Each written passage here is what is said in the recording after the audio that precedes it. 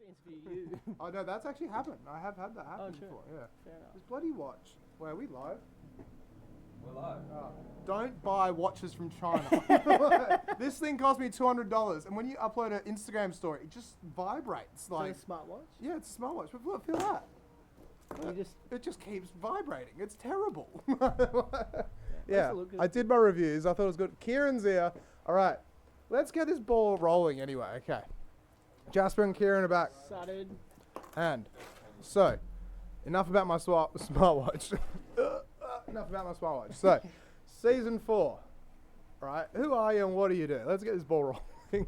So, You're what do I do? Good question. So, my name's Jeremy. What do? I do a lot of things. I like to hear that. So at the moment, I'm currently working in FIFO. I've been working in FIFO for about 2 months. Prior to that, I was managing pubs for about probably like 3 years. And then prior to that, I was just in sales as a sales manager. Yeah. And that's where my music career started, essentially. So I started doofing in 2016. My first doof was... Pull the mic in as well.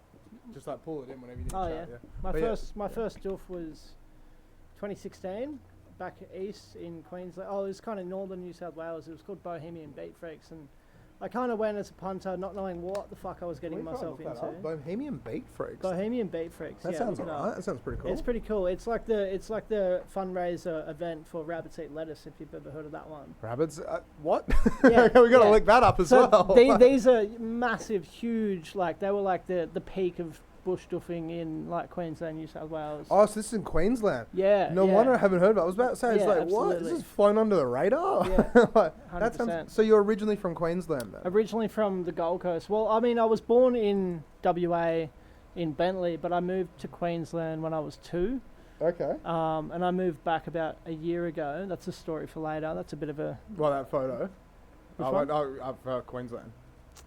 Say again? So wait, sorry, I sidetracked. What were you saying? I thought I was looking at the photos. No. So I moved to WA again about like, coming up on a year. Like February 20th was. Really? So you've only been here for like a year then? Yeah. Yeah. Wow. All right. It's been a crazy 2 years. I'm not gonna lie, but yeah.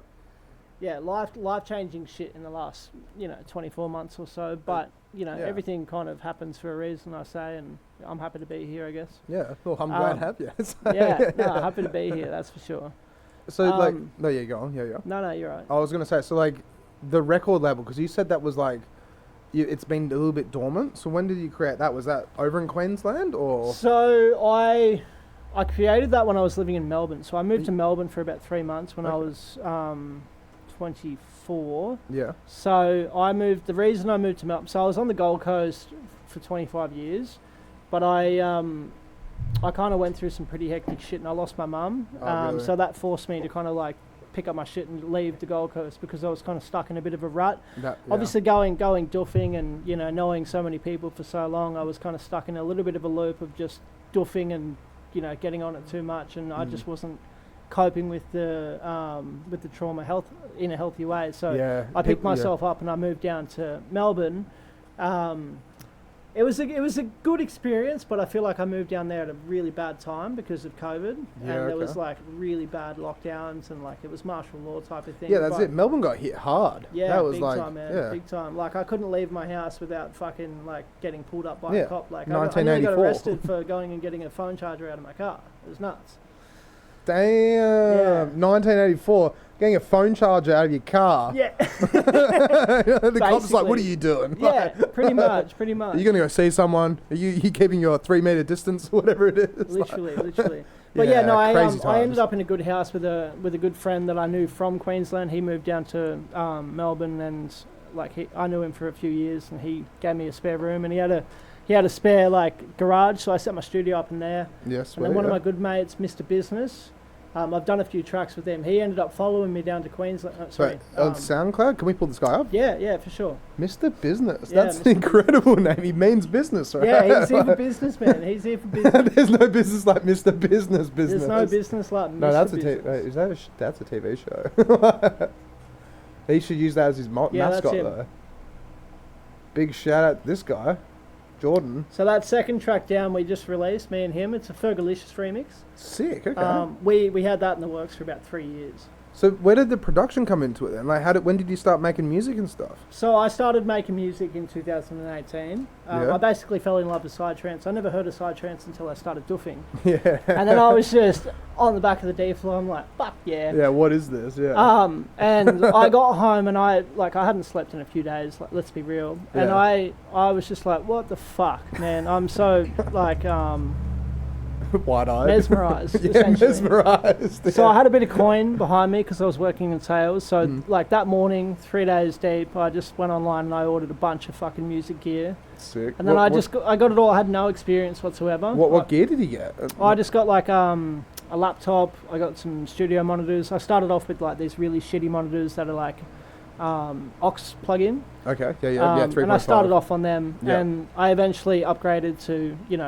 using an interface, getting some actual, balance. What interface and stuff? We'll look it all up. Like what speakers and everything. I used the Pre-Sonos Audio Box 96, and I started off on the. Never heard of them.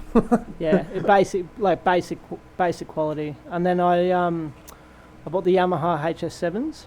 So that was the mixing desk you used? Yeah. Okay. Yeah. So, but it was the good. blue one. That's the one I used. It was good for what you were using it for originally. Oh, dude, it was phenomenal. They lasted me about 5 years. Damn. All right. Yeah, I actually I got rid of that just before I moved over here. So, I only just set my studio back up like these. Oh my yesterday. God, I love these speakers so much. These like the 7s. Is it the 8s? 7s. Yeah, because you can get HS7s and there's one above it, isn't there? The HS8s. Yeah, the HS8s. Yeah. But apparently Dr. Dre uses these in his studio. Yeah, they're phenomenal, man. For the price range, they're about like, I mean, when I got them, they were probably about 800. They'd probably be about 650 now. But you pay for the quality, right?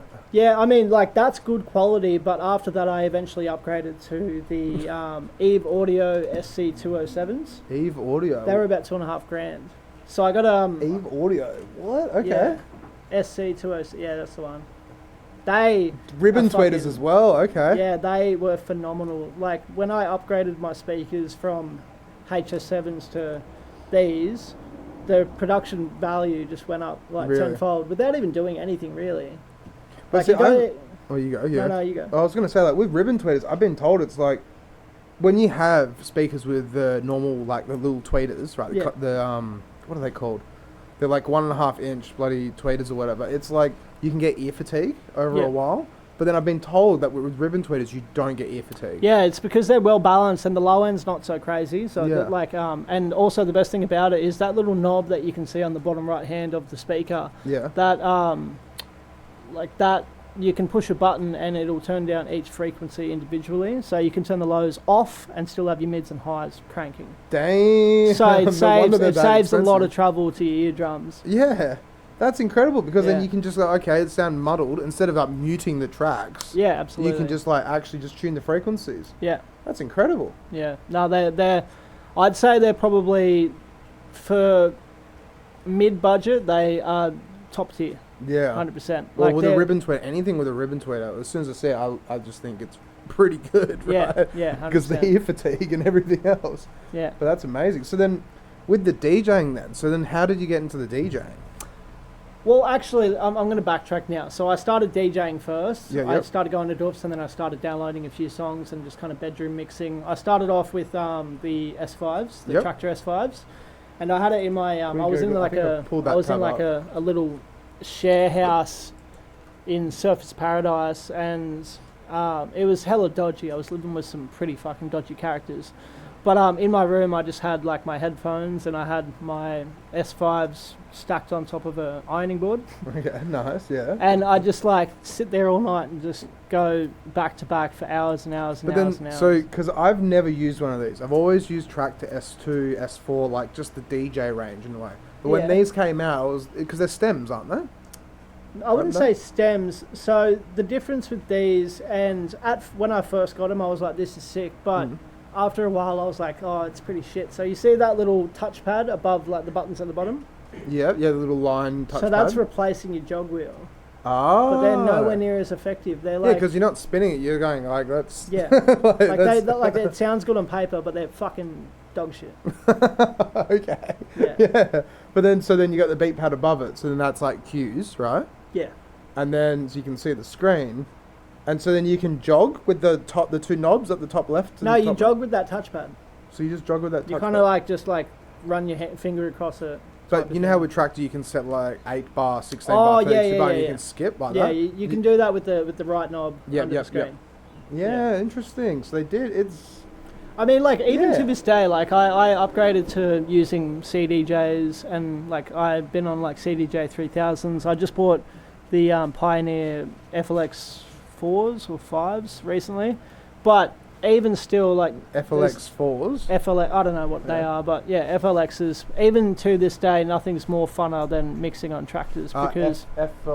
Full on? FLX. Foxtrot, sorry, I should know my alphabet. Those bad boys. These things, okay. These are quite fun to use, but nothing compares to like how fun it is using tractors. Yeah. They're just a lot more user friendly. Yeah. Like these are great, these are fantastic, they're easy to use, but the the tractor software in general is just... You guys hear that? Anyone who's a Pioneer user? No. But then again, like in saying that, Tractor compared to Pioneer, Tractor's good for like bedroom DJing. Yeah. It's not sustainable for gigs. live gigs. And USB and headphones, right? That's it. Absolutely. I'll say that from a really, really bad experience. Yeah, you were telling me about this before we started. So what happened? What happened? Tell me. So it was like it was like 2 months after I just released my first song, which was my Black Ops Zombies Call of Duty remix. Okay. It was my first ever song I ever released. That's on SoundCloud? It's on SoundCloud. So I released that 6 years ago, and it's even to date after releasing another 60 songs, it's still my biggest track. Really? Yeah. 100%. Well, I mean, you keywords, right? Call of Duty, Black Ops, 100%. Zombies. I tried remaking it with better quality, but it still didn't hit anywhere near the same. Really? I think I was just in like some sort of trance that just like sent me, you know what I mean? Oh, so that's Mr. Business. Yeah. Go Kefla up the top left. I think it's first SoundCloud tab, the third tab. Yeah, I already pulled it up for you guys. Top song. Okay. Yeah. Fetch me their souls. Okay. Yeah. Damn, 37,000 people listened to it. 48 comments. That's not bad. Yeah. But yeah, back on the line of fucking like whatever what I was happened. saying. Yeah. So yeah. I had a big weekend. I was closing the main stage, so I was the last act on Sunday afternoon. Whereabouts? What event? This was in like it was like 3 hours north of the Sunshine Coast in Queensland. It was called Happiness Hill. Let's find it. This is a Bushtorf location. You probably won't be able to find it. Nah. But 3 hours north. So 3 hours north. If I'm doing 100 Ks an hour, so that's 300 Ks north. It's about 5 hours from the Gold Coast where I'm from, north. All right. Happiness Hill. Yeah, it's kind of like up near a place called Warwick in Queensland. So Warwick. Is that it? Happiness Hill Festival? No, that's definitely not it. No, wait, maybe that's Melbourne. Happiness Hill 2, second one down. Oh, wait, hold on. Before you go into that Journey set by Zodiac, so that was my set. Before I named myself Kefla, that was my first ever set. Damn. Of like mixing tunes. It was not the one that I'm talking about. This was like the first one. The one where I embarrassed myself was the second one where I tried to play my own tunes. It was an abomination. So tell us the story then. All right, so I had a big weekend and I did some psychedelics, and it was a great time essentially. But I fell into a bad trip the night before, and then one of my mates kind of just sent me to bed with some diazepams, so to speak, to kind of like sort me out. Because she's like, you got your set tomorrow, you need to fucking chill. Yeah. I was like, all right, done. Mm-hmm. So I woke up and I grabbed my decks. It was like an hour till my set. I grabbed my decks and I rock up to the stage and they're like, all right, sweet, let's get you set up. I was like, I got these. And the organizer looked at me and was like, oh, fuck, all right. So I went to go set them up and then went to go play as normal. They never fucked out on me, but it could have either been the chords or like the system wasn't just set up to kind of deal with such novice decks. Okay. So I started playing. Was it RCA into it was RCA as opposed to like your XLR. Yeah. Okay. So I went to go play my set and then I noticed it was just like hella crackly. Okay. And I just tried to ignore it and it just wouldn't go away and it just got so much worse. Yeah. Anyway, the guy comes up, he's like, bro, you need to sort that out. And I was like, fuck yeah, I really do. So I didn't have a backup plan. I had no USBs. I'd never been on CDJs in my life. Yeah. But I had my laptop with me. So I had a friend. He was just like, okay, well, I'll give you my USB. You go on your laptop, you put all your songs on my USB through Rekordbox, and when you're ready, you can take back over. So he took over for about 20 minutes, half an hour.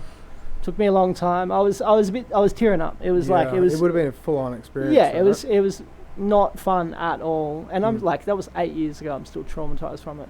Mm. But I eventually ended up managing to work it out, and then by the time I got back up, I had like 8 minutes left. So at that point, I'm like, fuck, I've got one song up my sleeve. Yeah. And that song I played was the Zombies track that I just showed you. Okay. I've got a video on Instagram, actually, of that 8-minute period, and I lost about 200 people to the crackling and all that shit, but as soon as I started playing that Zombies track, no one's ever heard it before. I had like 30, 40, 50 people sprinting from their campsites to just come dance to it. Well, if it's on Instagram, let's pull up your Instagram and find the video. That sounds amazing. Yeah, sure, man. That's so good. I think I still have it. It might be on my Kefla Instagram, or it might be on my personal. Okay.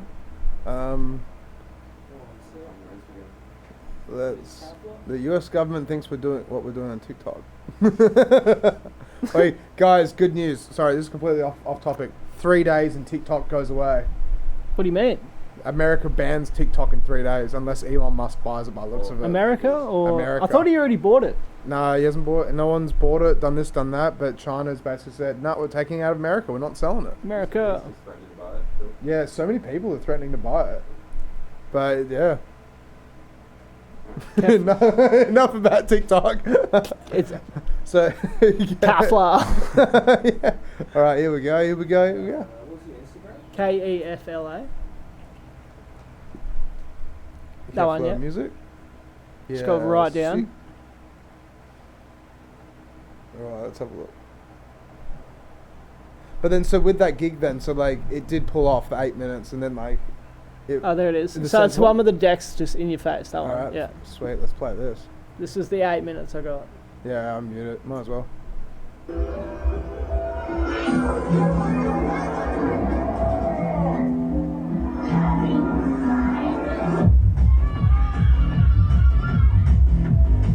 Yeah, that's sick. That's so cool. Everyone's just like, yeah, music party.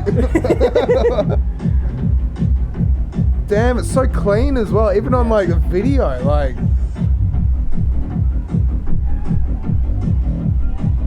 So how did you find production then? Like production was difficult, like easy to be pick honest, up? like I think I had a little bit of a knack to it, like not to toot my own horn or anything, but at first I was like, what the fuck am I doing? I just sat there for about 6 months to a year just banging my head on the fucking desk. Like, it's like learning another language, so many times I was like, nah, this is not for me. This is not for me. This song, the Zombies track, actually took me about 3 years to make. It started off being so many different other songs and so many different other remixes. Like I started off as doing like a Skyrim remix, and then I scaled back all the samples and stuff. Yeah. And I was like, retry, trial and error, so to speak.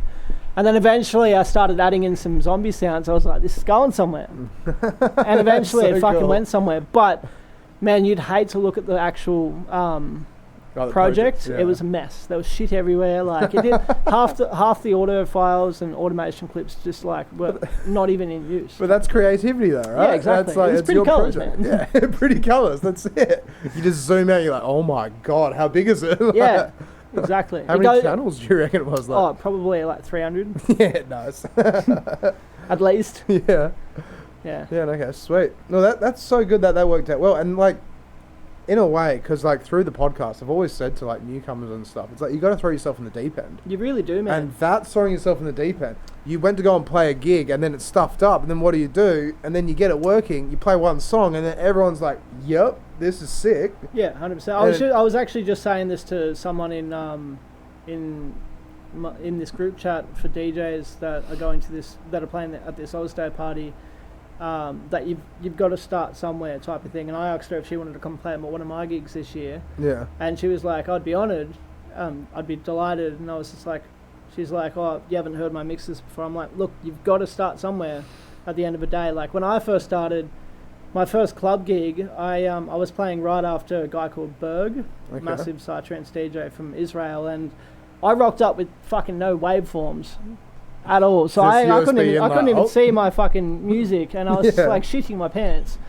And it's all by ear. because it was all my own tunes, like I just knew exactly how I wanted it to go, and it still managed to go that way without even visualizing. That's the way I do it. It's all like practice, pre-planning, and it's knowing your music. Yeah. That's what it really comes down to. A lot of people are like, oh, I can be a DJ, but if you don't know your music, then how are you going to play it? Yeah, exactly. You need to go, okay, well, this song works with that song, and that song works with that song, and I can do this and that to do this, and, you know, do all your cool things with it. But if you're like, okay, I'm just going to throw 40 songs in this playlist and, you know. Hope for the best. Fingers crossed. Yeah, you got to just master your craft. Yeah. You got to be good, like, yeah, it's not, I don't know. It's just, you got to be good. You got to be good at what you do. Like, yeah, 100%. Yeah. And I mean, I guess that's the creativity thing with Kefla as well. Like, I started releasing music before I even started getting like good at making good quality music type of thing, and that gave me a good head start with having confidence in releasing tunes. Yeah, yeah. Like, I've got a good mate of mine. I taught him how to and I didn't teach him how to make music, but he got into it via watching me make music. And then he started making some drum and bass and like tech house, and then he ended up getting so much better than me, like like leaps and bounds. And now he's teaching me shit. But it's been 7 years and he's still never released a fucking tune because he thinks it's not good enough. But he sends it to me and I'm like, bro, this is insane. Yeah, like release it. He's in Queensland. He makes drum and bass. He has no idea how big the scene over here is for drum and bass. I'm like, release one tune and you'll get booked everywhere. Yeah. But he's he's a perfectionist, you know what I mean? But being a perfectionist can be a good thing. But you're right, like if you've got material, put it out there. It's got pros and cons, you know what I mean?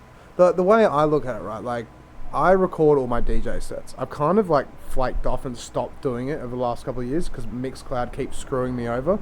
Like, can we pull it up just quickly? Mixcloud Pro is like $15 US a month? Never used it, eh? Yeah, so like $15 US a month. I can't afford $25 Australian per month to have all my mixes up there. But on Mixcloud, sorry about that. But with Mixcloud, I uploaded all my mixes, right? And I've got like 850 up there or whatever. Damn, 850 mixes. Yeah, no, like go sign in. Like, we can probably pull it up, but they're all drafts because I'm not paying the subscription now. But but then basically with that though, right, is what I was doing was I was listening back to every mix. I would upload it, and the day after when I'm driving somewhere, put it in the car and go, that doesn't... No, but that's it. I go like, that doesn't sound good. Yeah. That sounds like crap. I'm never doing that again. Yeah. But it's learning your craft. It's a good way to learn. Yeah. And like it's similar for there we go. Like, go back up. And then drafts. No. Go my shows on the left.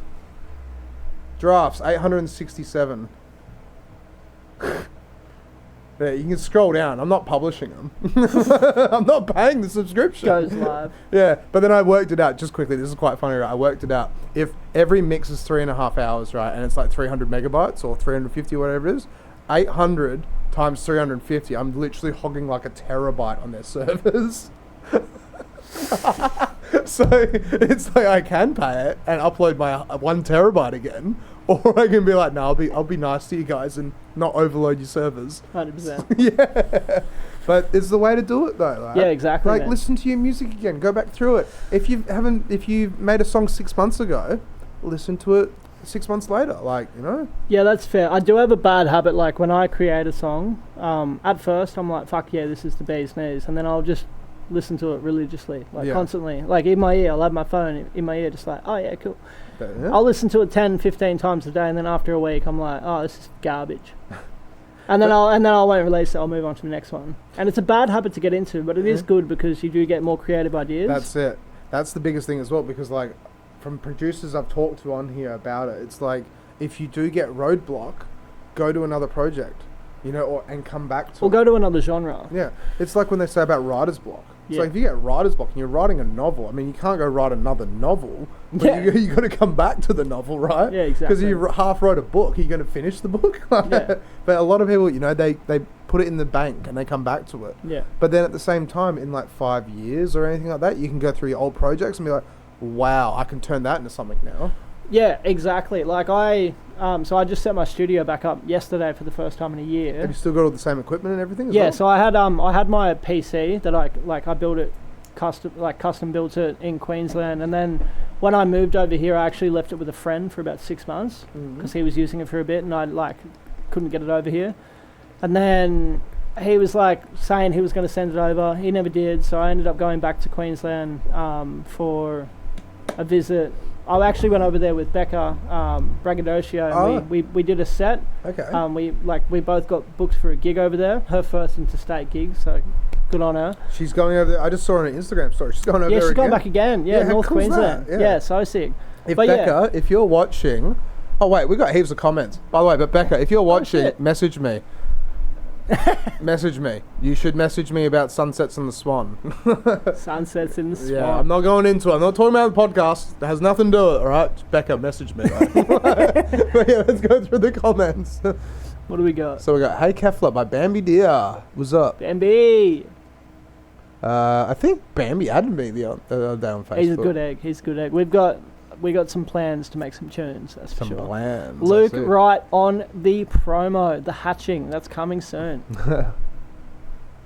Yeah, the AZs. He's one you want to get on your podcast, by the way. Okay. Luke. Yeah, he's a good producer. Yeah, hit me up, message me. If you message me and you say you want to come on, I will book you. That's how it works. That's literally. I'm all about helping everyone.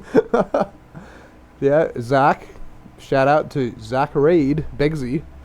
Begsy. Yeah. The boy. That's who I'm running Galaxy with. Oh, really? Me You're doing and it with Begsy are running Galaxy Entertainment together. No way. Yeah, I'm hoping to get him and Leighton on eventually. So yeah, right. Yeah, get him on as a double. All together? Yeah. Yeah, true. Yeah, well, dude, you should come on as well. We'll do a 3-1. Talk about Galaxy and music and bush doofs and everything. Fuck yeah. All right, who else we got? Why are you angry at my Shameless promo? We sharing angry reacts around. Okay. Spammage. Yeah, big shout out to everyone watching. Release it in under 3 years. All right, fucking Bambi. So let's get back to it then. So with your So with your production, how many tracks do you have out? Like, I've got 88 tracks. Nice. Damn, that's a good catalogue. 50 of them are released. Oh no, that's incorrect. I'd say about 28 of them are released. That's still insane though. That's like 2 sets. Like that's a good set, chopping and changing between all your tracks. It's good. Yeah, 100%. And like there's a wide variety of different genres. Like for prog, I kind of went like different routes in terms of different styles and BPMs and whatnot. But they all kind of worked in a sense because like starting off on lower BPMs, I've got a track at like 135. I've got a track at 150. And like it helps do like a bit more of a journey set type of thing and building it up and like really kind of like bringing the crowd from like 0 to 100 in a slow way, if that makes sense. But with my drum and bass, I've only really just started diving into drum and bass probably about 6 months ago when I moved over here. Okay. To be honest, I actually used to hate drum and bass with passion. But when I moved, dive into it deep enough. Yeah, exactly. And then I moved over here. And everyone's all like, over. Drum and bass, drum and bass. It's everywhere here. Yeah, 100%. But it's good. I love it. But I came at it with an intention, like a different influence. Obviously, having a backbone of psytrance and different psytrance elements and different sounds, I feel like the drum and bass I'm making has got a bit of a different vibe to it as opposed to your standard kind of like chase and status, boo, that kind of shit. It's got a lot of psytrance elements to it, but not like your psychedelic old school psytrance, more like your modern uplifting type of... Can we play some of it in the background? So yeah, man, absolutely. All right, well, I just released a new track about a week ago. I only started it 2 weeks ago. What, on SoundCloud. Just go to my page and it should be the second one. Yeah, that one. All right. Oh my god. There we go. I'm already liking this. The bass with the vocals, like the vocals work really well. I bought the vocals actually on Vocalfy.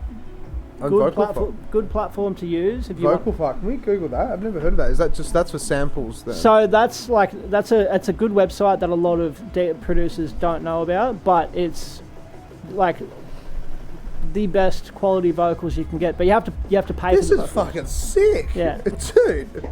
This is like, I see what you mean. It's like got psy elements of it. Yeah. Like the second drop is is not just kick snare. It's like kick bass. Yeah, kick bass, a little bit of snare. The second drop is like prog, but fast, and then it goes almost back like into Neo Tokyo, like synthwavey stuff. Almost. Neo Tokyo synthwave. Yeah. I love it. Yeah. Have you heard of that genre? No. Oh, yeah. Have you ever seen Blade Runner? No. No. Oh, Blade Runner. Yeah, get on that. Yeah. No, but Yeah. on Spotify, look up Neo Tokyo synthwave, right? Blade Runner. Yeah, just Neo Tokyo synthwave. Yeah. And I'm telling you right now, this song should be in that playlist. Okay. It's like driving. This song should be in. This Okay. yeah. Okay. Wait, can you guys go on Spotify if that's all right? You gotta cop the second drop on this one first. real quick. Just go on the app at the bottom if that's cool, and then you'll be able to pull up, and you can see on my saved playlists is like Neo Tokyo. Yeah. Like, have you ever heard of Midnight 1983? No, Midnight 1987. To be honest, man, I could not name. no. I could not name Yeah. 5 drum and bass producers on my hand. No, you might have to search it up, if that's okay. Tokyo. Neo Tokyo! There you go. Now, playlist. Scroll down. There you go. Yeah, that second one. Yeah, dude. Yeah, get on this. This is the music you've made is this, basically. Really? I'm not even Okay. kidding. Like, it's super groovy. I'd be drive, keen to like- dive into that because I actually haven't heard another drum and bass song that's like kind of in this. So synthwave falls under the idea of just like any BPM.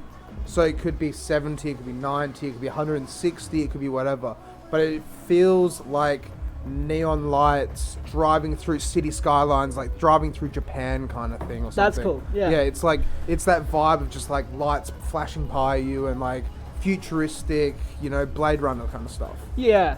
What's the movie I'm thinking of that kind This of? is so cool. Oh, Cyberpunk?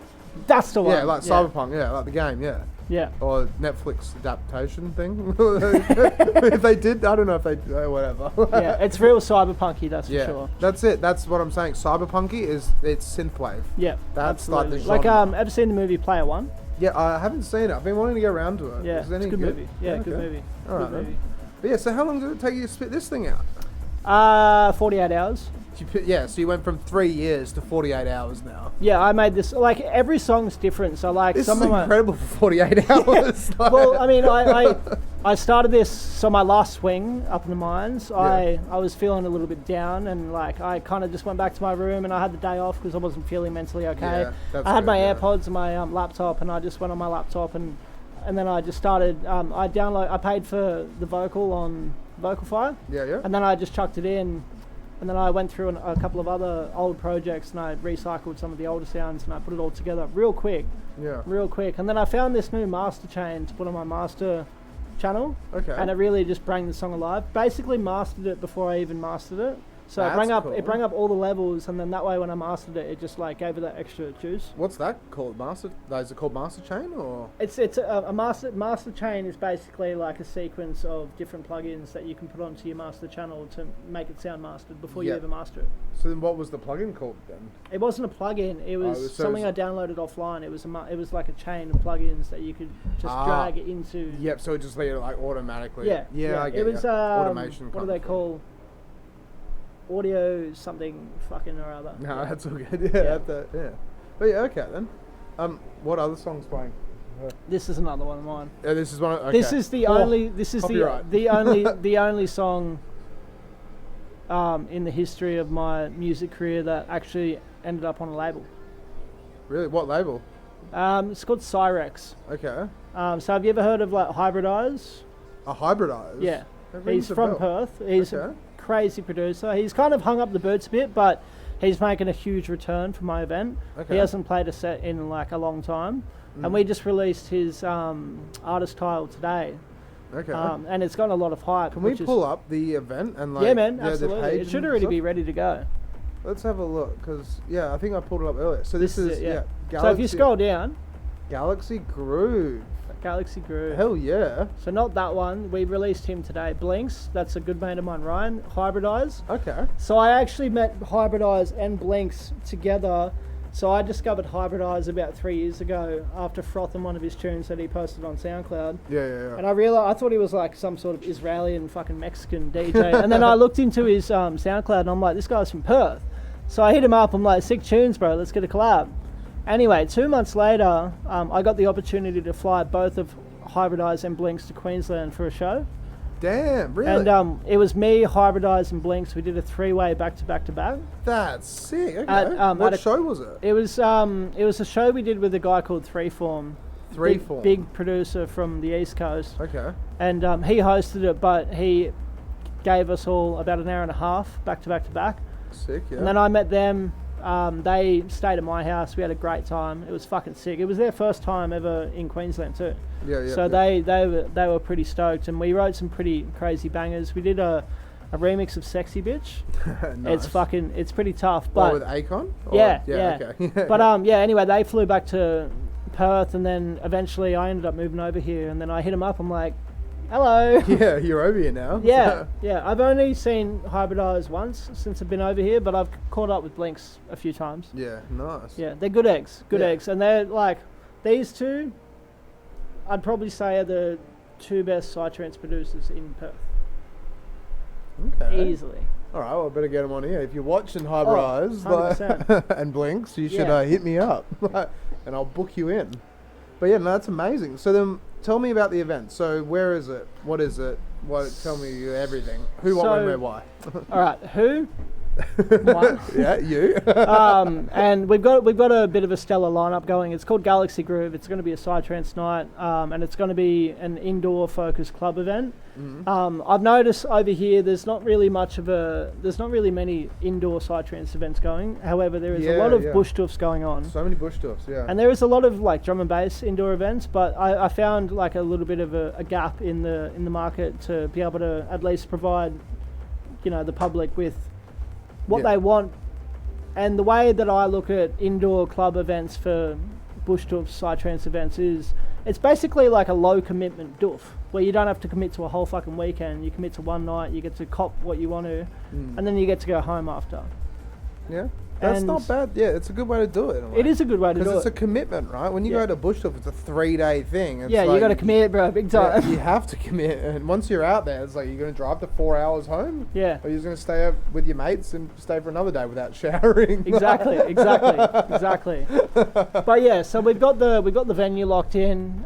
We've got a special secret international headliner that I will not talk about right now because we're not dropping him until tomorrow. Okay. But he is huge.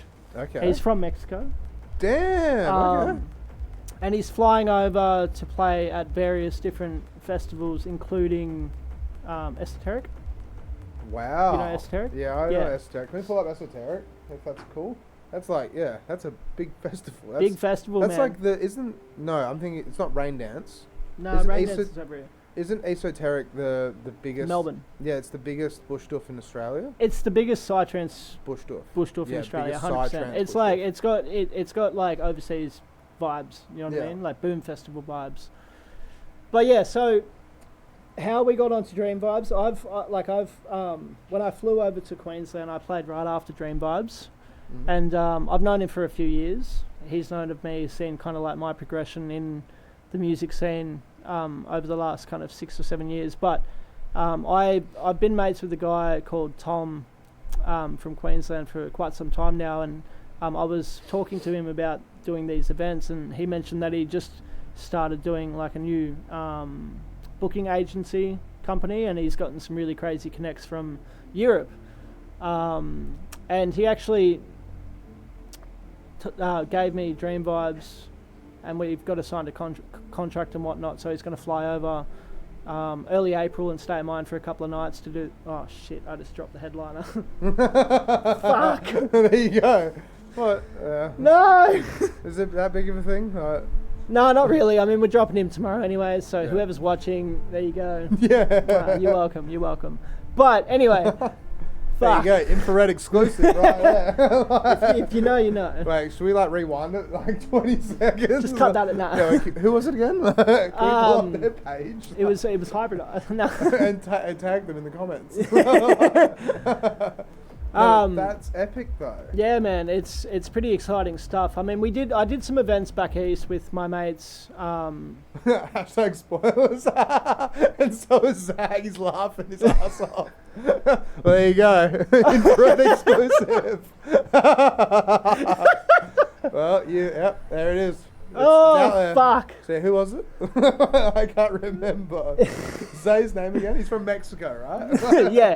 That's He's sick. he's vibing. He's dreaming. That's so good. So wait, he's going to stay at yours for a couple of hours. Yeah, he's going to stay at mine for a couple of nights. I've got Phenomenal flying from Melbourne as well. He's already released, so that's okay. Yeah, okay. He's on the bill. So yeah, they're both like phenomenal producers. I'd say Phenomenal would, no pun intended, I'd say he's probably one of the best psytrance producers that's ever, walked this earth. Is this one of yours as well? This is mine, yeah. Okay, yeah. When it's a song that's not yours, please tell us so we can pause it. But damn, okay. But yeah, so they're DK. But yeah, they're both flying over at the same time, and they're going to stay at mine, and then we'll do the event, etc. We're looking at doing an after party as well, but I'm struggling to find a warehouse to do the venue. Have the venue. That's the other thing about Perth as well. It's like we have like warehouses that pop up, right? But then it's like the cops get called or something happens, and then bam, it's all over, and then we got to find somewhere else to party, right? Yeah, exactly. So yeah, I'm not really sure what I'm going to do with that. I've already got a lineup for the after party, with a bunch of locals and like a few of the other guys that are already going to be here. But it's just a matter of securing a venue. Either that, or I'm just going to throw some sort of shindig at Port Beach. No, don't do that. Let's pull up the news report, and then we'll go into it. Did you know that I was there? You were there. Yeah. Dude, people are Wait, shitting are we on talking the about beach. the big one or the one on the beach? No, the one on the beach, not the big one at the golf course or whatever. No, yeah, I was at on Christmas night. Yeah. I was there. That's the thing. Like Port Beach has been used for a long. It's been rinsed, man. Yeah, it's been rinsed and rinsed and rinsed. But the problem that we've got, right, and the reason why I think people are kicking a stink up about this. Can you please look up surf life saving?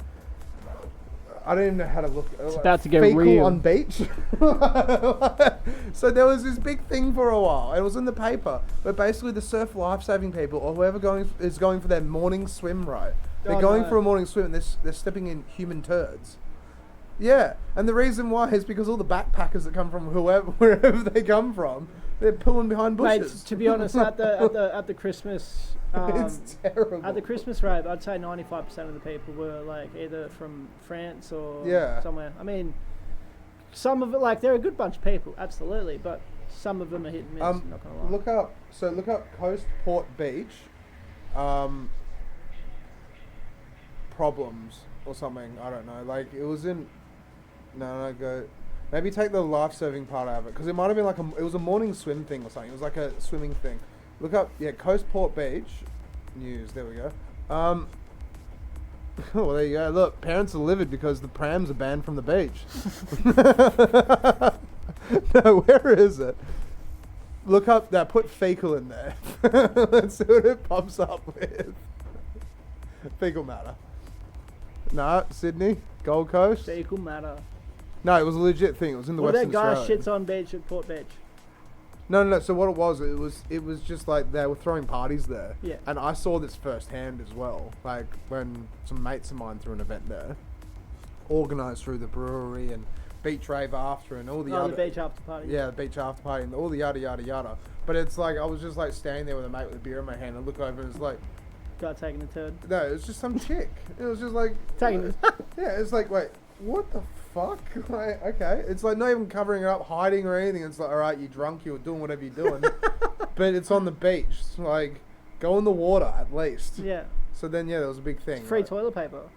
Wash it off. It was a big thing. Like, just some guy went for his morning swim, whatever, stepped in some poo, and he's like, "Nah, call up the paper. I'm gonna complain about this." So it's the second thing. It's the second time now. But obviously, it's been going revolving door of problems and stuff. But it was like that happened. And then the Christmas party happened. And then like the riot squad rocked up, right?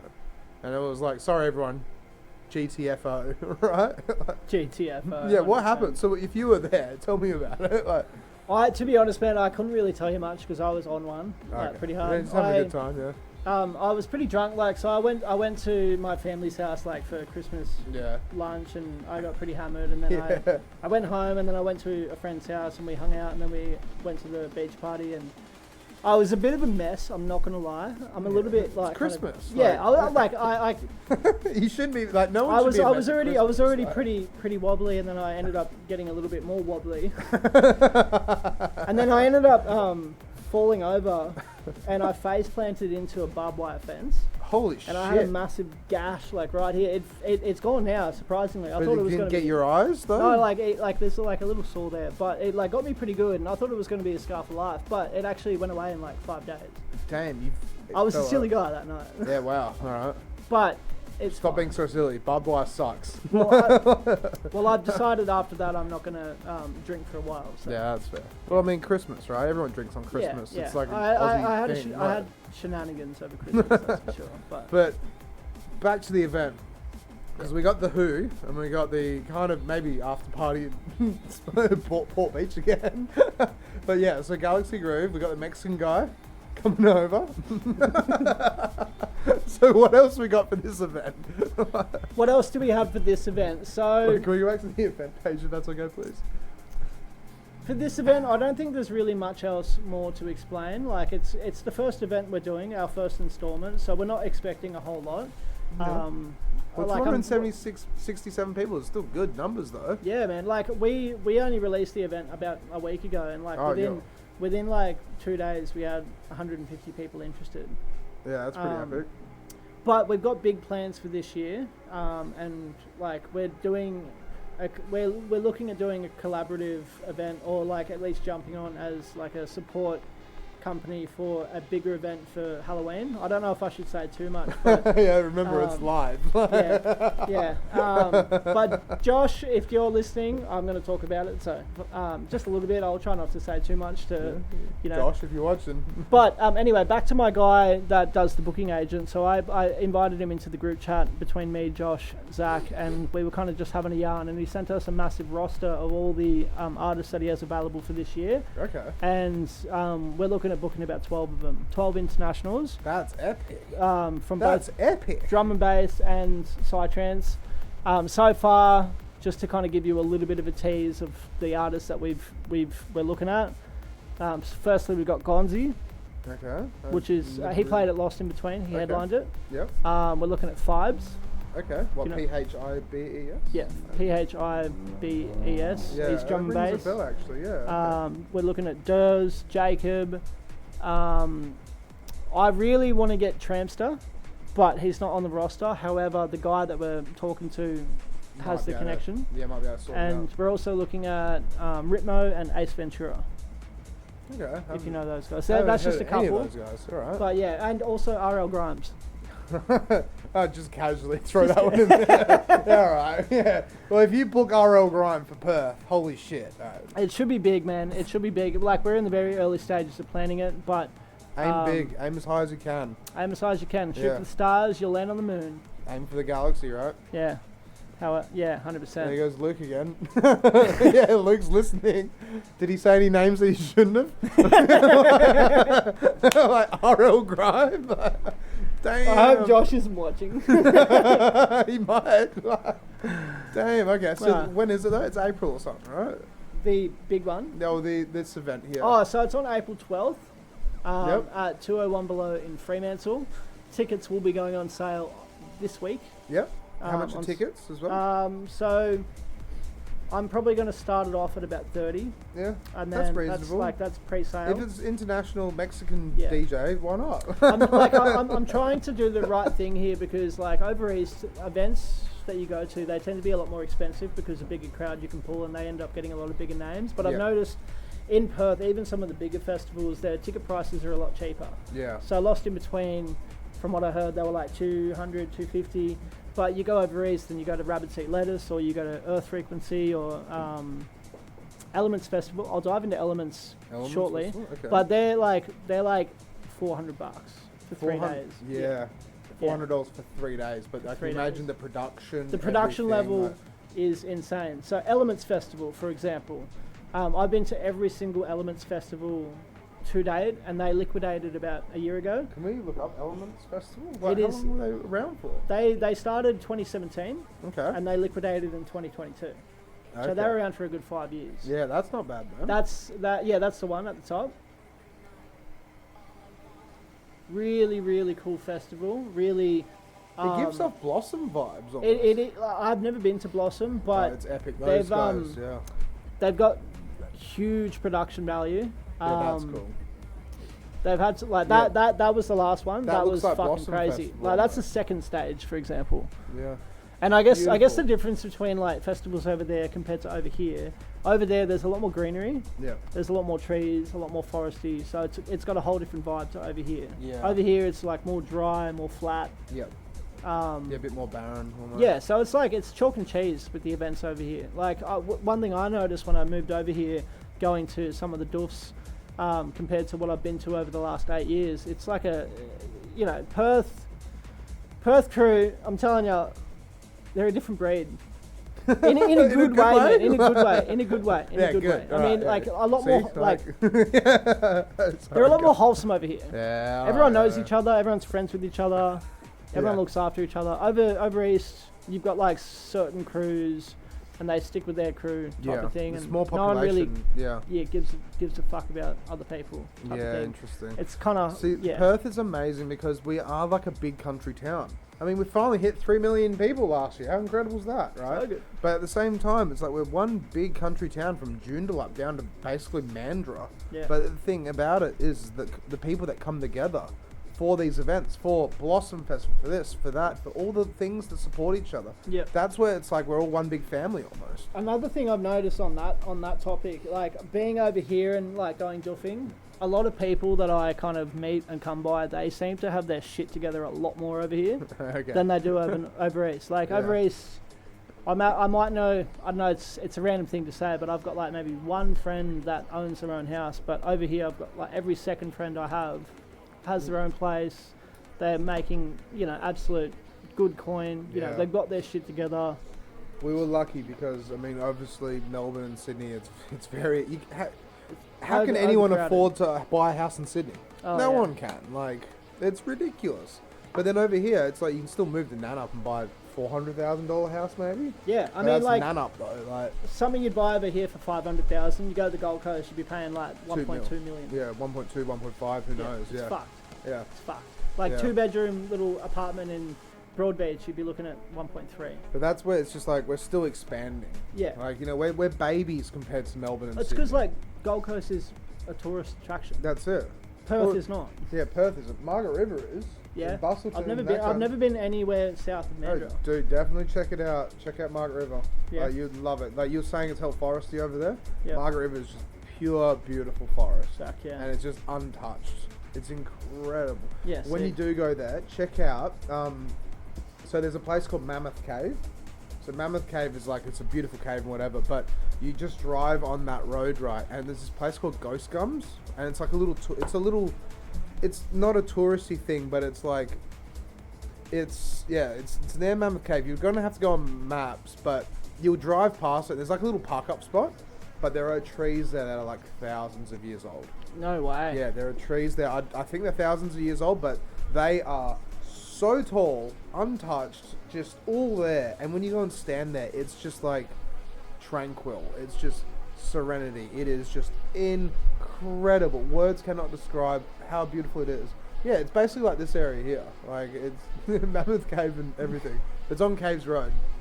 Oh wow, you wouldn't read about it. Yeah, no, that's the thing. It's not. It's a hidden thing. It's like it's like a local. Scroll out. Because I'm from Bustleton originally, so. Oh nice. Oh okay. Yeah, so that's it. Yeah. Sick. Lots of bushland. Where am I? I'm in fucking Byford. That's nowhere near Margaret River. Like that's like. Oh, that's way down there. Yeah, that's Shit. Yeah, so that's Perth. You got a bit of a trek. It's only 2.5 hours, 3 hours. I mean, over east, going to a doof, you'd be travelling minimum 3 hours anyway. Yeah, that's something that I'm a bit blown away about, because then you'd be travelling 3 hours to go to bush doof, right? I've travelled a lot further. And be packed in the whole lot, right? Yeah. But then for us, like 3 hours is Margaret River. Yeah. And people, I don't know if people they might do, but people in Perth don't travel 3 hours to go to Margaret River. Like, they might travel 2 hours inland to go somewhere. Like, the furthest I've travelled through doof over here is probably like 70 minutes. 70 minutes. Yeah. Whereas over east, the furthest I travelled through doof was probably about 35 hours. 35 hours? I travelled, it was 2022. I was with like my ex at the time and my best mate and my other housemate, and our lease was coming to an end, so we all decided to buy a camper van. Yeah, nice. And then we lived in our camper van for about 2 months, and we travelled all the way up North Queensland. We hit like multiple different doofs, like Oronaya, Mushroom Valley. Yeah, Mushroom Valley. Yeah. Mushroom Valley was fucking sick, man. Yeah, I would highly recommend that to anyone in WA that want to experience. That's right, guys. It's phenomenal, man. Like, it's a really wholesome party, and the people that own the land also are the people that run the party. So it's not like it's getting rented out or hired out type of thing.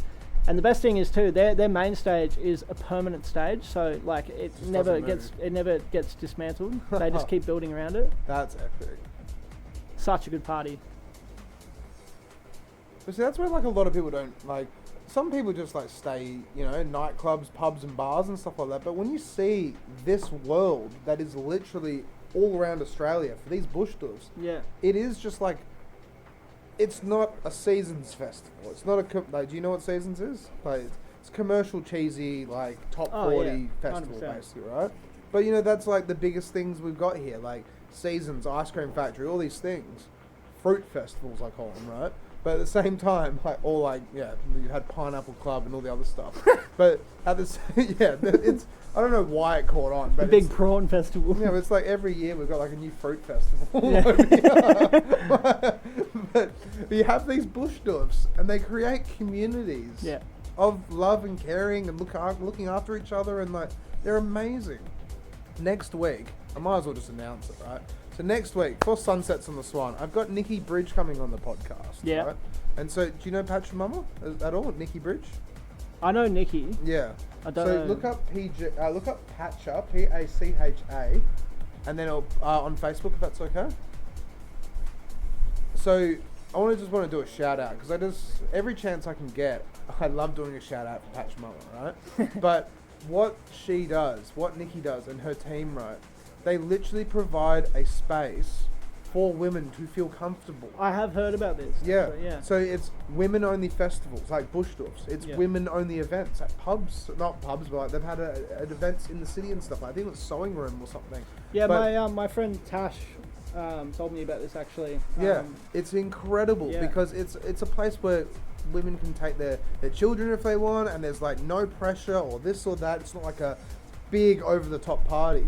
It's a party. It's a really wholesome kind of like sacred thing. Yeah. So then if you're like, you know, husband, wife and your kids, you take them out there for the day. Yeah. And they're really selective on the males, you know what I mean? Like they won't just accept any kind That's exactly it. Yeah. It's not so much, I don't know if they go like, they probably do like a bit of a fact check or whatever on you. Yeah. But like the main thing is to just make it so it's a space. More family orientated, just make it so everyone can just feel themselves without any outside pressure. Yeah. And it's incredible what she does. Yeah, and man. Like it's, you know, that's I just want to do that shout out. So no, that's cool. That's cool.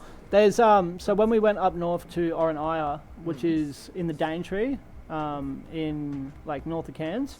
So we did Oronaya and then we kind of vacated through to the Daintree to have like a so it's like it's the oldest rainforest in the world actually. Okay. It's more older than the Amazon rainforest. Really? What's it? How do you spell it? The Daintree, Dain tree. Daintree. And it's the oldest in the world. From what I heard, I could be wrong, but it's older than the Amazon rainforest. But it would be cool to go see though. So after Oronaya, everyone that was at Oronaya, there was probably about 4,000 people there. Oh my probably God, about 2,000 people went here. And we all kind of vacated to the same, what's it called? I forgot, but like trailer park area. And we had like a massive doof in the trailer park, but everyone was like in their own camps type of thing. Yeah. And we went exploring through some of the rainforests, and one of the rainforests had like this river, and it was sacred to females. So guys couldn't swim in it, only females. Okay. And it was more sacred because like it was called the birthing. Yeah. Yes, it's like a traditional Aboriginal thing. Right? Yeah. So if any guys were caught swimming in it, like it was like I wouldn't like it wasn't illegal. Obviously, it was just frowned upon. Yeah, very frowned upon. Yeah, but like if you were there, type of thing, you'd be like, "What the fuck are you doing?" type of thing. Yeah. But I saw a few guys jumping in there, and I just didn't feel right about it. But everyone else was doing it, but I was like, "Nah, it does not rub off." Yeah, that's on my kind of, like, you know what I mean? Yeah. You know, I believe in karma in a way. Absolutely. Like with karma, it's like... There's a higher being, absolutely. Yeah, it's like if if this is a sacred thing, I mean, the Aborigines have been in Australia for how long? Like, there's, you know, they've been doing something, right? So, right. Like when I worked up north, that was a massive eye opener for me, because then it's like seeing actual caves and stuff, and birthing grounds and places you're not allowed to go near without like an escort or this or that. Yeah. Like it's taken very seriously, because it's their land. Absolutely. Yeah, like, you know, it's a whole big thing in that, but let's not dive into that. So you've got this event coming up. Yep. We've only got like around 10, 14 minutes left. Fuck, that went quick. Yeah. So what else have you got coming up in the pipeline? On the event side of things, not a lot. I think mainly I'm just trying to focus on this one event and get that out of the way before I start planning the next event. Like, I've got big visions and I've got massive ideas, but I need to crawl before I can run. Yeah. So in saying that, I just need to focus heavily on this event, do it right, make sure, like, I'm not in it for the money type of thing, I'm just in it for the experience and making sure that I'm, you know, providing the community with something that they can look forward to and something that they can go and enjoy, because I've always been passionate about not only creating music but also, you know, performing and providing people with a show, essentially. That's good though, that's the way you got your heart in the right spot. Yeah, I like to think so. So yeah, once I get this out of the way, I've got a lot of things on the agenda for this year. Like, I've never been overseas. I've had my passport for about 2 years, so I want to at least get overseas somewhere, even if it's like Bali or Japan. But I am planning on going. Japan. Don't go to Bali. Japan is way better. Well, I'm planning on going to Boom Festival this year. Boom Festival. Where's that? You might as well look that one up. It's in Portugal. Okay. So it's like the biggest bush doof in the world. About 50,000 people. They've sold out of tickets, so I missed it, but they are going to do resales. They always do. 50,000 people. It's about 8 stages, 10 stages. That's incredible. Yeah. Like, Portugal. Mate, you wait till you see the production value of the main stage. That's it. Oh my god. So nuts. That's incredible. I need to commit more. I need to book my flight and book my ticket. So far, the only thing I've booked is my glamping tent or a little card. They don't do glamping tents. They do these little recycling cardboard tents. Okay. Which is kind of interesting, but they're waterproof. So, don't know. Yeah, they're probably sprayed with something. Yeah. They have to be sprayed with something. Yeah, but that'll be fun, man. I'm just keen to go and experience, like, I mean, I've only ever really experienced the Australian culture when it comes to bush doofs, but I really want to see what's out there. I mean, I know there's some really crazy festivals out there. Yeah, 100%. And the only way I'm going to potentially maybe get a set overseas is if I go and meet the right person. That's it, you got to go network. It's all about who you know. Socialise and be like... Exactly. When I was in Japan, I went to a nightclub, right, and I was very drunk. And obviously Japanese people, you know, you give them a business card with 2 hands, you're very respectful. So I was beside the DJ booth and they're throwing business cards at the DJ. And I was like, I'm from Perth, I'm a DJ too. And he looked over and was like, what the fuck? Because he couldn't speak any English, basically. So he came over. I'm like, Australia, g'day, mate. It was so funny. Hand him a Vegemite sandwich. I got him on Instagram, though. So that's what matters, right? Yeah. He's just like, who the hell's this dude? So, yeah. So, you know, if there's a will, there's a way. Yeah. Go to that stage and start throwing business cards at the main Start guy. flicking them at the Start pegging my USB at the main event. Yeah. Paper planes or something. Yeah, literally. No, we had a friend over here, Shooter, his name was. Yeah. I didn't really know him too well, but I met him once or twice. But a bunch of the crew, including Nikki, actually went over to Japan at the start of the year. Yeah, and they're doing it again. Yeah, and then they met Shudo, and he was the manager of some venue, and he made really good friends with all of them. And then he ended up following them back to Perth, and then he moved here for like 6 months, just hella randomly. And then he had his going away probably about a month ago, and he's back in Japan now. So that's cool. That's yeah, really hopefully cool. He comes back, because I'd like to get to know him more. But if I ever go there, I'm going to hit him up 100%. Yeah, 100%. It's all networking. Yeah, exactly. And it's all like hanging out and just being good people, basically. Yeah. And this is like, if you're a good mate to someone, they're a good mate to you. You got your network almost. That's like, it, man. 100%. You got to. If we don't help each other, then how do we grow? That's the biggest thing. Yeah. And it's just, you know, sometimes the industry with late nights and people talking and drama and politics and whatever There's a lot, so much politics Yeah. in the scene. Like, The best way to put it, right, and this is how I explain it on the podcast, is that we have, 9 nightclubs over here or something? How do you fit 100 Your Shot DJs that go through that competition every single year into these 9 nightclubs, whilst keeping all the other DJs that have been around? that's why we have bush tops, baby. Yeah, that's it. Bush doofs and smaller events and this and that. But it's good because we're creating more musos for the scene. Yeah, exactly. More creatives, We're more artists, complementing the music. scene. It's really, really good. But then we don't have enough space. Yeah, And we are exactly. growing. And, but- in Perth, I didn't realise how big the music scene was over here. And then when I moved here, every second person I know Yeah, is it's getting like- into music in some Yeah, degree. I produce. Even over in Queensland, I might meet random people out and they've got no idea what Yeah. a bush doof is, or they wouldn't listen to that kind of electronic music Yeah. to save their life. But over here, every second person I meet is trying to tap into that music industry. So there Yeah. is so many fucking people that are trying to get one up. I And think it's just a lot of people are sick of alcohol prices. yeah, It's bullcrap. Yeah. I just found out yesterday, Raffles Hotel, $30 fish and chips. Yeah, Raffles Hotel changed their prices. $27 for a burger. that's fucked. For a burger and chips. Or I could go to, Betty's Burger and get $12.50 for a burger. Betty's Burger's pretty expensive though. Oh, $12.50 for a burger. At Betty's. I must be looking on Uber Eats because Yeah, that's it. Yeah, they jacked the prices up. Yeah, I Big can time. see you're lazy at home. I'm not going to this place. Yeah, pretty much. Yeah. But that's it, and it's interesting to see how the Yeah. prices are fluctuating. Yeah. But I reckon the reason why bush tips are taking off more is because people go BYO, go party in the bush, have fun with your mates. Oh, 100%. Buy one ticket. I'd go out on a night out, and you're looking at $15-16 a drink now. Yeah. And that's for a fucking mid strength. Yeah. You know what I mean? You 2 drinks, 3 drinks, you've got yourself a case of beers. Yeah. 10 drinks, you've got yourself a case of beers and a ticket to a fat doof. Yeah, that's it. Yeah. You know what I mean? Instead of going out on a night out and then looking at banking out the day after, and oh my god, I spent $300 on something. And you're like, oh, vodka Red Bulls. Yeah, 3 of them. Yeah, that's it. But yeah, we've basically run out of time though. Yeah. So yeah, thank you so much for coming on. And No worries. We've got, so fine, I'll do the plug. I didn't want to talk about it. Can we pull up Sunsets in the Swan, please? Yeah, let's go. Yeah, fine, I'll do it. I don't want to do it, but fine. This shit has blown up. Thank you everyone who is just doing their thing and liking it. 620 people responded. So yeah, 625. Nice. Yeah. Did you run any ads, or was that natural? Yeah, I've ran one ad. $100 on one ad. So That's all. That's what I was planning on doing. Yeah, for 18 days or whatever it was. Yeah. However many days. I think it was 14 days.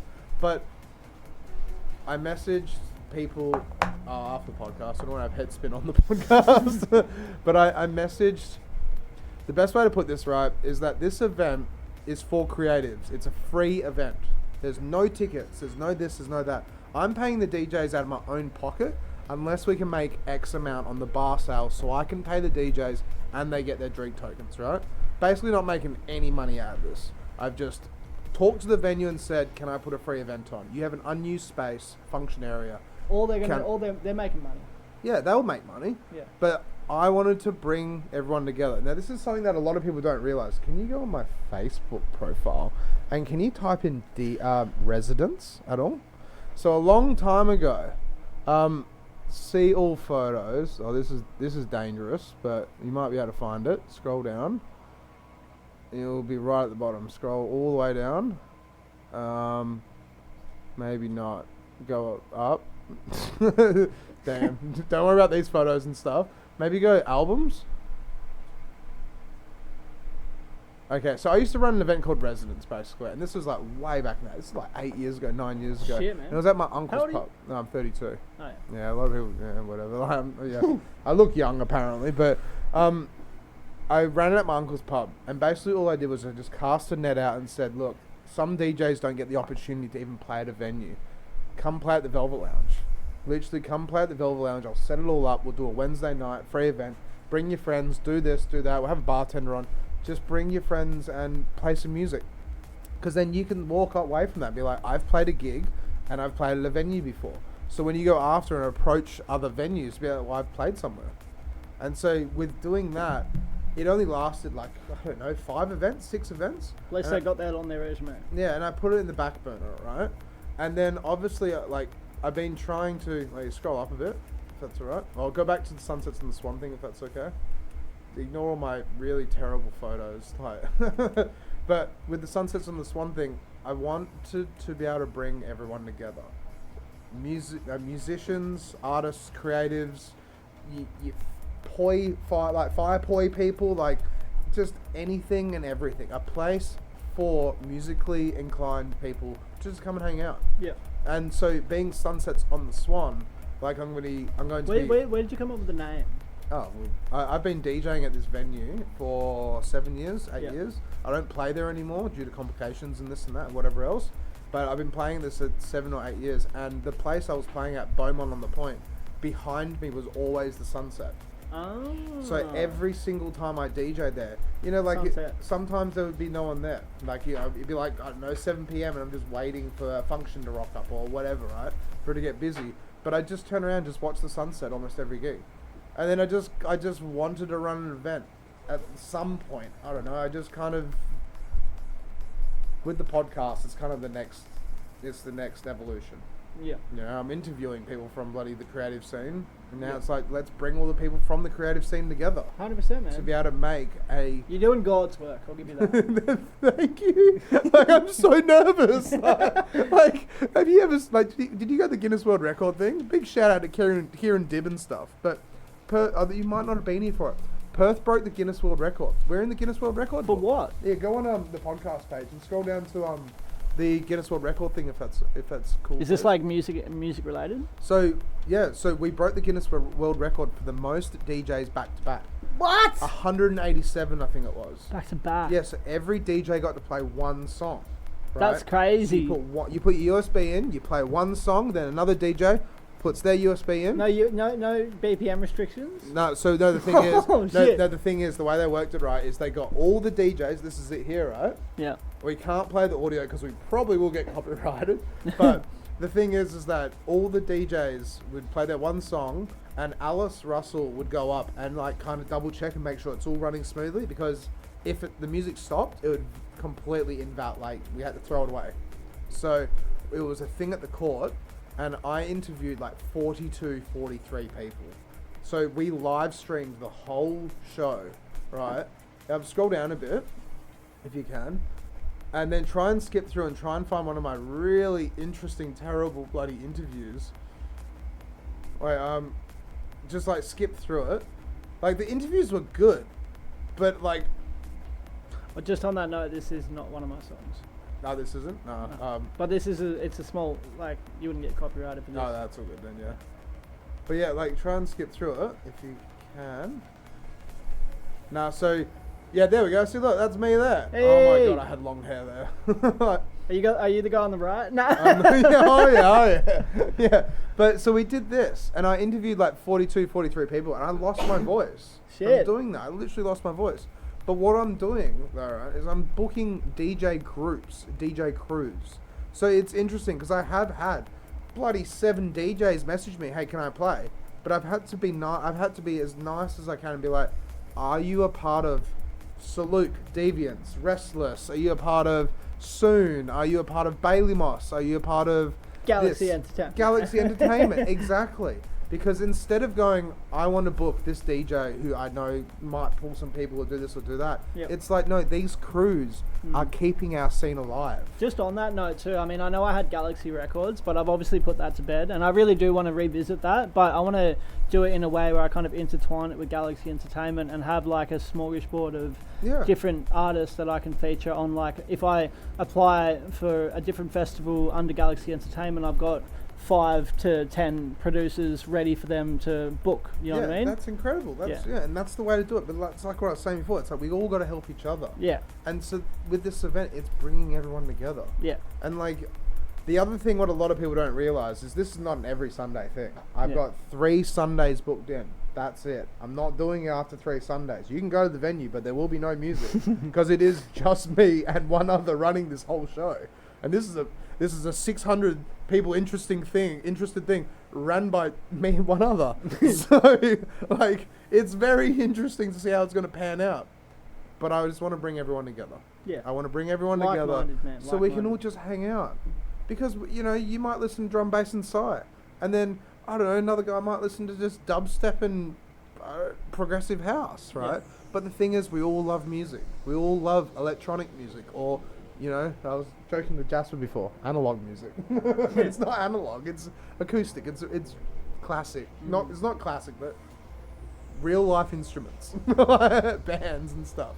But this is exciting. You'll like this song. It's a remix I did with Mr. Business. Yeah. Fergalicious remix. Okay. Yeah. By Oh yeah, I remember you saying. Yeah.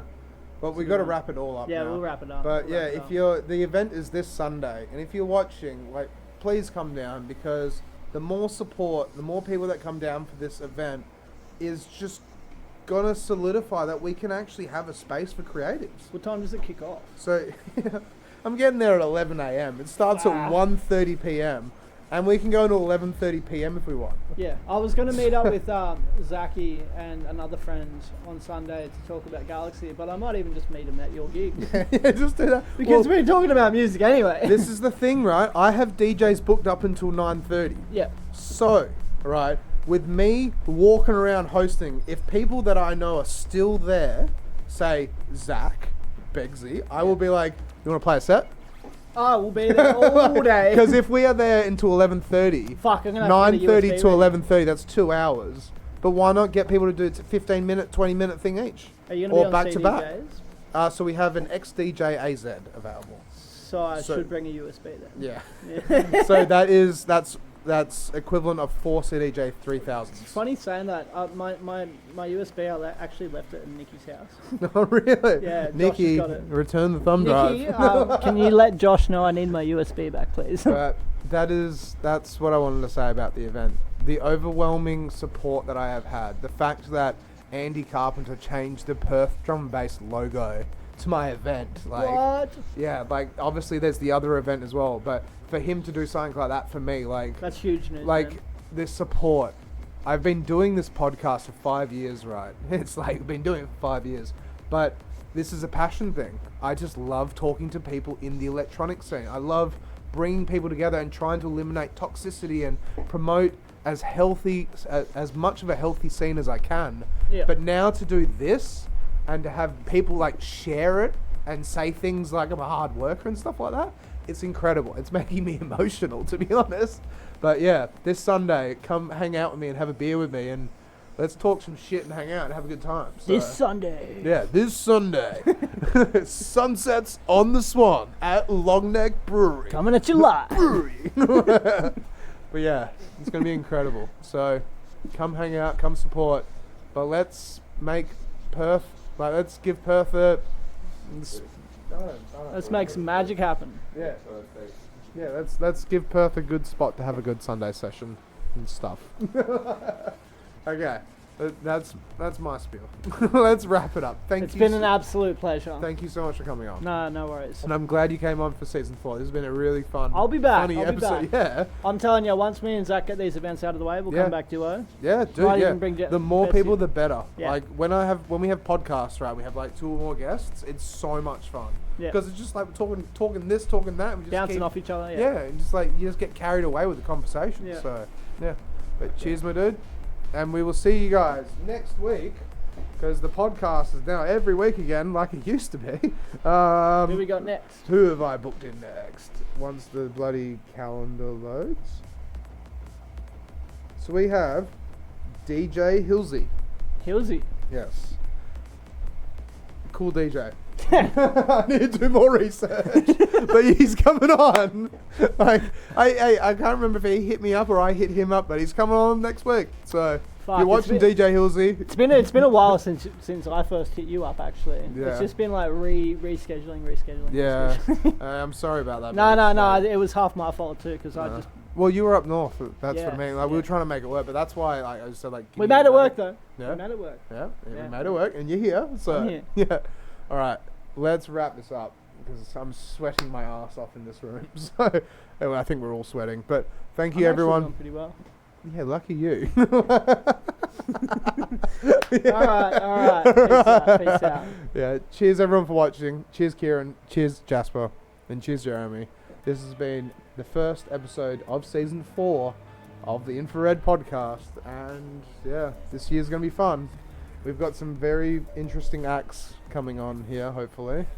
Some big names, and it's gonna be exciting. So yeah, we'll go from there. Let's go. Right. Catch you guys. We'll see you next week with another episode. And come to my event.